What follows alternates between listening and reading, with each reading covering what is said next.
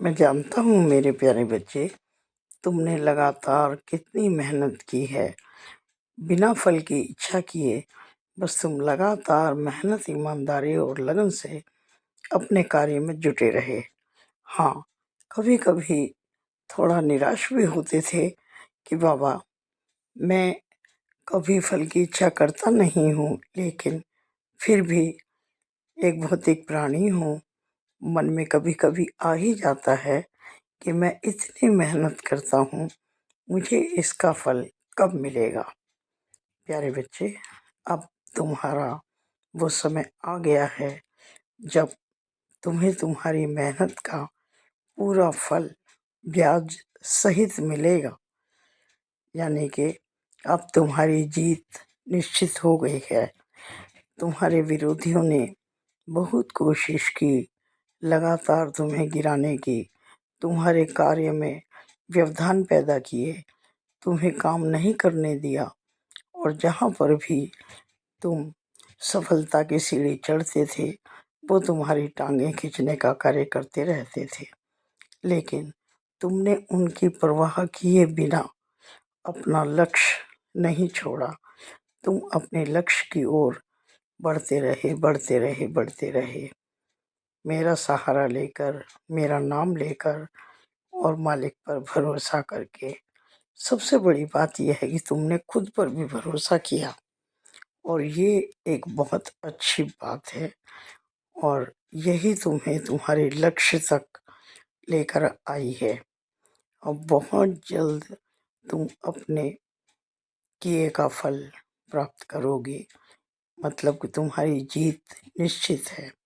विरोधी परास्त होंगे और उनका मान सम्मान भी गिरेगा, और वो अपने किए पर शर्मिंदा भी होंगे, लेकिन तुम्हारा कुछ बिगाड़ नहीं पाएंगे। इसलिए तुम निश्चिंत रहना और इसी तरह से अपने कार्य में लगे रहना। एक समय होता है मेरे प्यारे बच्चे, हर चीज़ के लिए एक समय निश्चित होता है। तुम बहुत मेहनत करके यहाँ तक आए हो। तुमने दिन रात एक किया है, और जब तुम रात भर पढ़ते थे, काम करते थे, मैं सब देखता था।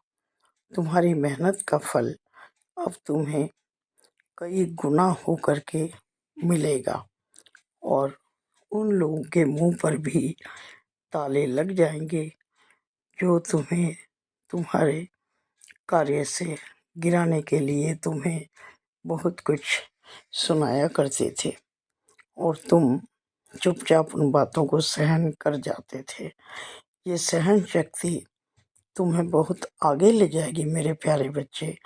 हाँ, अपने व्यवहार को नियंत्रित रखना, अपने क्रोध पर काबू रखना। यदि तुमने अपने क्रोध पर नियंत्रण नहीं किया, अपने व्यवहार पर नियंत्रण नहीं किया, तो मेरे प्यारे बच्चे, तुम ये मान सम्मान, प्रतिष्ठा सब खो बैठोगे, और फिर तुम्हें बहुत पछतावा होगा।